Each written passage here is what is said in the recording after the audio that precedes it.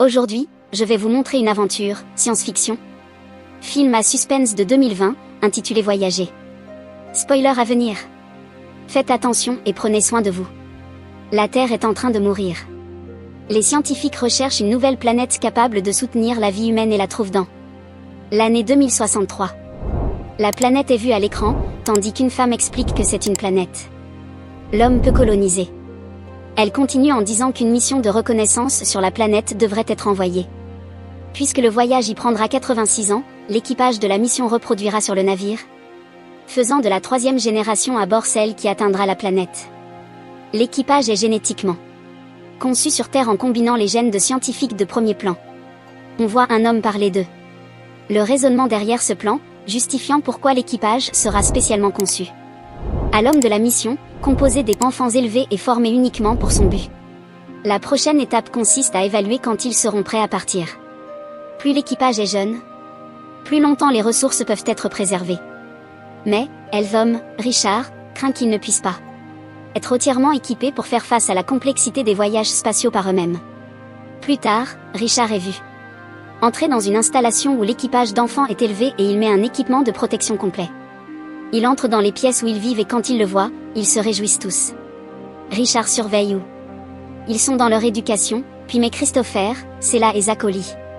Zach raconte lui qu'il a peur, mais Richard le réconforte en lui disant qu'il est en sécurité. Le lendemain, Richard parle à une femme chargée de la mission. Il lui dit qu'il devrait aller avec les enfants pour les élever et les protéger. L'ajout de Richard à la mission signifierait également qu'il sera capable de lancer en 4 ans, au lieu de 7. Ensuite, la mission se lance avec Richard à la barre. La navette s'amarre à Humanita, le navire de la mission. Ils entrent tous à l'intérieur et trouvent l'heure. Car Richard jette un dernier regard sur la Terre. 10 ans plus tard, les enfants sont déjà adultes. Comme on peut les voir se réveiller et se préparer à commencer leur journée sur le navire. La première leçon couvre la fécondation pour la 2e génération, qui commencera dans la 24e année de leur vie. L'équipage vit sa journée comme des robots. On les voit boire un liquide bleu. Christopher et Zach écoutent de la musique classique. Sela traverse le navire et regarde l'espace autour d'eux. Plus tard, elle parle à Richard, disant que la vie de l'équipage n'a pas d'importance. Essayant de la réconforter, il montre ses photos de ses grands-parents, lui disant qu'il est très important de prévoir l'avenir. Cette nuit-là, Christopher n'arrive pas à dormir. Il écoute les bruits du bateau. Le lendemain, Richard et Christopher sont dans la baie hydroponique pour vérifier l'état des plantes, lorsqu'un message sur la toxicité de l'eau apparaît sur l'écran de Christopher. Il interroge Richard à ce sujet, pensant que c'est une sorte de produit chimique qui n'est pas traité à partir de leur urine. Mais Richard rejette ses inquiétudes. Il est sceptique à ce sujet. Alors, plus tard, il demande à Zach sur l'ingrédient T56J. Il se demande pourquoi l'information n'est pas disponible. Au cours de la nuit, les deux reviennent pour comprendre ce que c'est. Christopher contourne le pare-feu et est capable de trouver l'information. L'ingrédient chimique se trouve dans le liquide bleu qu'ils boivent. Zach pense que c'était une aide à la digestion, mais ils se rendent compte que cela a d'autres effets sur leur personnalité. Cela les rend ternes et dociles, diminuant leur désir et leur réponse de plaisir. Ils sont drogués et pacifiés, donc ils ne se reproduisent pas naturellement et surpeuplent le vaisseau. Les deux arrêtent de boire le liquide bleu. Plus tard, ils partagent l'information avec Kai et Julie, avec les informations sur un compartiment caché sur le navire. Plus tard, Christopher est en session avec Richard. Il dit qu'il sait qu'il leur a menti, mais ne mentionne que le compartiment banalisé, pod 23. Richard lui dit que la mission doit avoir leur a menti pour une raison, que le pod pourrait être pour la 3e génération. Après la séance, Richard envoie un message à la Terre lui demandant s'il pouvait tout partager avec l'équipage et être honnête avec eux, afin qu'ils ne perdent pas confiance en lui. Le message mettra du temps à arriver. Le lendemain, alors qu'il fait la queue à côté de Sela, Christopher a un fantasme sur elle. Il déjeune et il continue de la regarder, mais Zach s'approche d'elle en lui disant qu'elle a changé. Richard entre et lui dit de ne pas l'attraper, selon les règles. Au gymnase, Christopher et Zach sont vus se battre et aller un peu trop loin. Les autres ne comprennent pas ce qui se passe. Les deux commencent à ressentir les effets de ne pas prendre le médicament. Ils entendent les bruits des navires et se rendent dans une salle d'observation où ils voient un de leurs coéquipiers Les trois parlent. À propos de ce que cela pourrait être, alors il leur dit qu'il pense que cela pourrait être une sorte de forme de vie extraterrestre. Céla et Richard sont dans son bureau et il lui montre des plantes séchées de la terre. Zach et Christophe. Écoutez-les parler et approchez-vous de la pièce. Zach voit Richard toucher l'épaule de Céla et devient jaloux. Ils perdent le contact avec la Terre et Richard les informe que leur émetteur doit être réparé. Zach viendra avec lui, tandis que les autres continueront leur rôle. Les préparatifs sont en cours, alors que Zach voit Céla et s'approche à nouveau d'elle. Elle lui parle du costume qu'il portera et il commence à la toucher de manière inappropriée. Richard entre et le fait sortir d'elle. Il demande à Zach ce qui se passe, mais il s'enfuit. En regardant. Pour lui, Richard voit Phoebe en route et elle lui dit qu'il a arrêté de prendre le bleu. Ensuite, il rencontre Christopher et découvre qu'il a également arrêté de prendre le médicament. Ils se disputent, mais Richard lui dit que le médicament a été mis en place pour arrêter précisément le type de comportement observé à Zach. Il demande à Christopher de l'aider à réparer l'émetteur, de sorte que lorsqu'il sera en ligne, il le soutiendra lorsqu'il exprimera ses objections au contrôle de mission. Tous les autres membres d'équipage sont sur leur position dans le navire, tandis que la préparation pour la sortie dans l'espace est en cours. Zach entre dans la salle des systèmes. Richard et Christopher sortent du navire. Christopher éprouve des sensations qu'il n'a jamais ressenties auparavant, alors Richard garde un œil sur lui. Richard répare une des pièces de l'émetteur puis passe en revue la seconde. À l'intérieur du navire, les bruits du navire se font à nouveau entendre et l'équipage s'agite. Il vérifie s'il y a autre chose à l'extérieur et soudain quelque chose apparaît sur l'écran à côté d'eux. Richard et Christophe. Cela fait mal à Richard, le projetant loin du navire. Le navire a une sorte également de dysfonctionnement. Personne ne sait ce qui s'est passé. Il y a un incendie dans la salle des systèmes.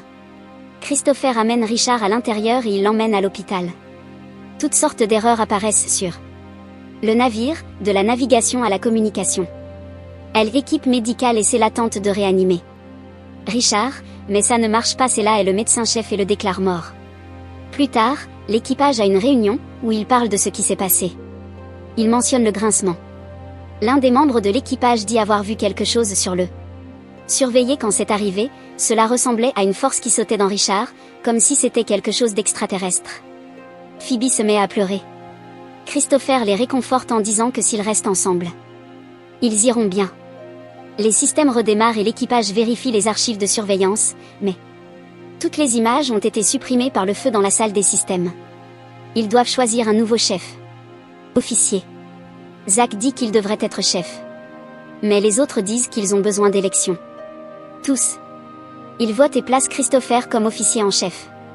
Zach est jaloux, mais le félicite malgré tout. Le premier ordre du jour est de réparer les dégâts dans l'émetteur. Il fait travailler toute l'équipe. D'autres par les réparations sur le navire causées par l'incendie.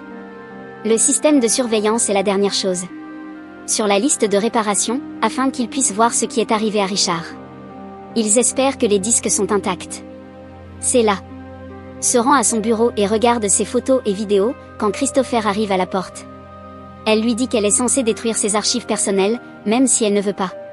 Pour le faire, elle lui montre les photographies de Richard et il parle de l'importance des parents. Il demande pourquoi Richard lui a parlé de sa vie, pensant qu'ils auraient pu être plus que amis, mais elle explique qu'il se sentait juste seul. Il parcourt son journal vidéo, où il explique à quel point il croit en la mission et parle de combien il se soucie d'eux. Christopher cherche l'équipage et les trouve dans la cantine, en colère qu'ils ne soient pas à leur place. Des postes. Zach lui dit qu'il répare les réfrigérateurs pour ne pas perdre de nourriture. Mais il y a un tas de nourriture qui pourrait mal tourner, alors il lui demande s'ils peuvent faire un festin, pour célébrer leur nouvel officier en chef. Après avoir mangé, Kai dit aux autres de ne pas boire le bleu et il jette le. Céla et Christopher regardent les vidéos de Richard en riant et en s'amusant. Christopher se sent de plus en plus attiré par elle. Zach se sent attiré par Julie, il la touche. Et elle le touche en retour. Les autres les regardent. Plus tard, l'équipage peut être vu jouer au combat. Et courir autour du navire, s'amuser. Ils consultent tous les archives personnelles de Richard. Céla les trouve dans ses quartiers et leur dit de partir, mais ils ne veulent pas. Zach est le dernier à partir, disant à Céla que Richard n'est plus là pour la protéger. Elle retourne à l'infirmerie et attrape un scalpel. Christopher suit Zach, inquiet qu'il puisse le faire quelque chose à Céla, quand il découvre qu'elle est dans l'infirmerie et qu'il y va avant que Zach ne puisse le faire. Zach arrive et Christopher prétend qu'ils font l'amour tous les deux, alors il part. C'est là.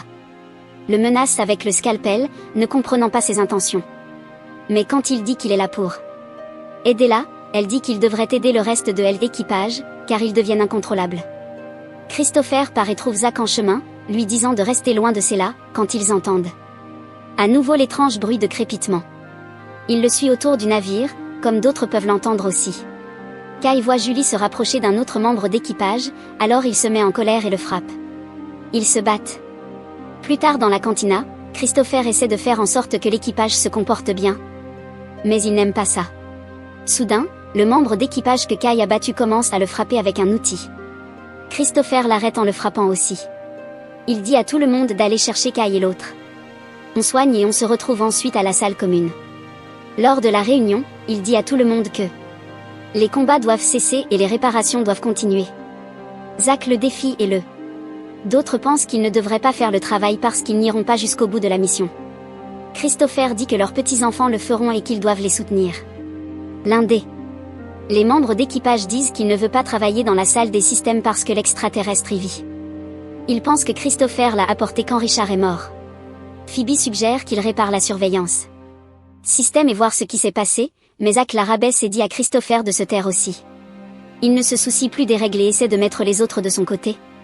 Dire que Christopher n'est pas le bon leader. Zach pense qu'il devrait être le leader et essaie pour convaincre les autres de faire partie de son groupe, qui sera assez fort pour se battre. L'extraterrestre s'il est là. De nombreux membres de l'équipage le suivent, mais certains d'entre eux restent du côté de Christopher. Ce groupe se rend dans la salle de surveillance pour réparer le système, craignant que l'extraterrestre ne soit là. Christopher entre en premier pour vérifier. Zach et les autres parcourent les couloirs et atteignent les systèmes. Chambre. Lui et Kai entrent dans la pièce, ne sachant pas que Christopher y était aussi. Ils vont plus loin. À l'intérieur de la pièce pour chercher l'extraterrestre. Ceux qui sont à l'extérieur voient quelque chose se passer à l'intérieur. Et Zach et Kai sortent terrifiés, scellant la pièce en partant. Plus tard, ils disent aux autres du groupe que l'extraterrestre les a attaqués. Pendant ce temps, Christopher apporte la surveillance. Conduire à Cella dans la baie médicale. Lui, elle et quelques autres vérifient les images. Ils trouvent les images de la salle des systèmes et réalisent que ce sont Zach et Kai qui ont tué Richard en l'électrocutant, puis a menti à propos de l'extraterrestre. Le groupe décide de se taire pour le moment, jusqu'à ce qu'ils découvrent ce qu'il faut faire. Christopher et Cella cachent le lecteur dans sa chambre et parlent de Zach. Ils pensent que cela est ce qu'ils sont vraiment sans la drogue, mais elle n'est pas d'accord, disant que les deux sont différents. Il dit qu'il a peur que les autres ne se soucient pas de la vérité et que peut-être qu'ils s'en fichent non plus. Cella lui dit de rester avec elle. Ils s'embrassent et dorment ensemble. Le matin, on frappe à la porte de Cella. C'est Zach qui dit qu'il entrera, d'une manière ou un autre. Quand elle et Christopher ouvrent la porte, Zach et Kai les invitent à une autre fête à la cantine. Le groupe de Christopher arrive, tandis que les autres sont déjà en train de manger. Zach les invite pour obtenir de la nourriture. Quand il s'assoit, il se lève et se proclame le nouveau premier officier. Soudain, Christopher se lève, se dirige vers un moniteur et diffuse les images de l'incident. Il dit aux autres que Zach a tué Richard et qu'il n'y a pas d'extraterrestre. Qu'il leur a menti. Il suggère à Zach de se confiner dans sa chambre, pendant qu'il consultait le programme et il décide quoi faire. Tout le monde s'énerve et Zach avoue, disant qu'il l'a fait pour les protéger, car l'extraterrestre était à Richard et Christopher l'a amené à l'intérieur. Il convainc les autres que l'extraterrestre est à l'intérieur du vaisseau, se cachant dans l'un d'eux. Zach dit qu'ils doivent le trouver et le tuer, ce sur quoi ils sont tous d'accord. Il les monte les uns contre les autres. L'autre et ils commencent à se battre. Il pense que c'est le membre d'équipage qui travaille dans la baie médicale et il commence courir après lui. Christophe emboîte le pas et le frappe en premier, puis les autres se joignent, alors qu'il donne des coups de pied. L'équipier a mort. Christopher emmène son groupe dans un endroit sûr du navire, tandis que le groupe de Zach va dans la baie médicale et il s'arme. Le groupe de Christopher essaie de comprendre quoi faire et certains d'entre eux veulent abandonner, disant qu'ils ne peuvent rien faire pour le moment.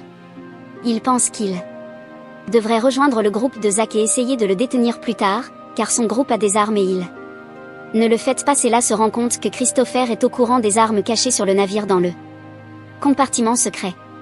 Christopher va le trouver par lui-même. Il ouvre un compartiment et se glisse à l'intérieur. Le chercher. Quand il le trouve enfin, il ne peut pas l'ouvrir et une alarme se met à retentir. Que Julie et un autre membre d'équipage entendent. Ils l'entendent aussi à l'intérieur des compartiments et disent à Zach. À ce sujet. Christopher sort chercher des outils pour ouvrir le compartiment, mais quand il revient, l'autre groupe démonte déjà les compartiments. Ils ouvrent le compartiment secret et trouvent les armes. Kai pense qu'ils sont destinés à la 3e génération, mais Zach dit qu'ils sont pour eux. 2 personnes du groupe de Christopher veulent rejoindre Zach et les autres. Zach demande où se cachent les autres. C'est là, Phoebe et Christopher conçoivent un plan pour se rapprocher de Zach.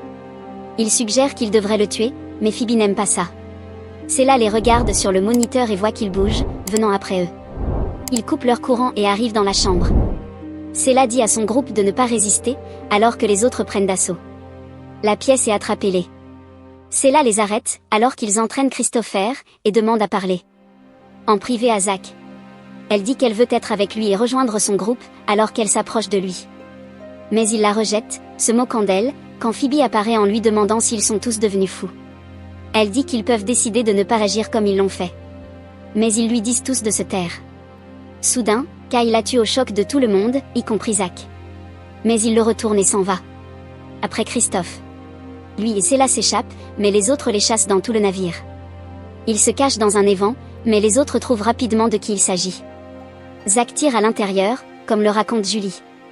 Qu'ils soient prudents, car il détruit leur approvisionnement alimentaire. Il envoie un de ses hommes après eux.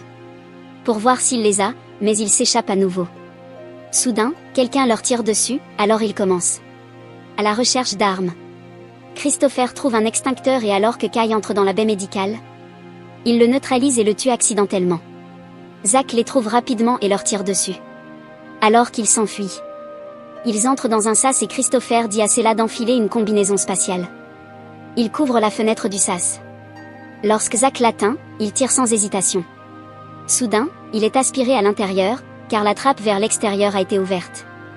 Il attrape Sela. Et va fermer la trappe, se battre avec elle et finalement la poignarder avec un couteau. Christopher le pousse à l'extérieur de la trappe, mais pendant qu'ils se battent, il finit lui-même par être aspiré dans l'espace. Avant que Zach ne puisse fermer la trappe, Sela elle en expulse. Elle cherche Christopher. Attendant qu'il revienne et le voit soudain s'agripper au navire. Les 2 d'entre eux reviennent à l'intérieur et disent aux autres que Zach est parti. Ils ont déposé leurs armes. Quelque temps plus tard, tout l'équipage déjeune à la cantina.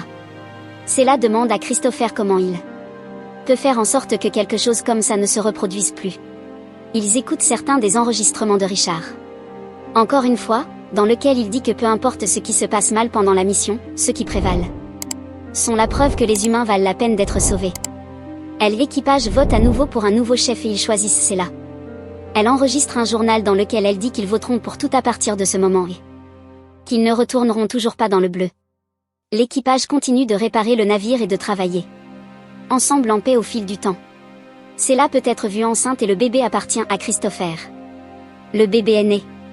Quelques années plus tard, on le voit courir sur le navire et rejoindre d'autres enfants. Ces enfants grandissent sur le bateau, comme la première génération vieillit. 86 ans depuis le début de la mission, le Humanita flotte dans l'espace. Et engageant sa volonté d'atterrir sur la planète. Les anciennes générations et les plus jeunes regardent vers leur nouvelle maison sur la planète extraterrestre.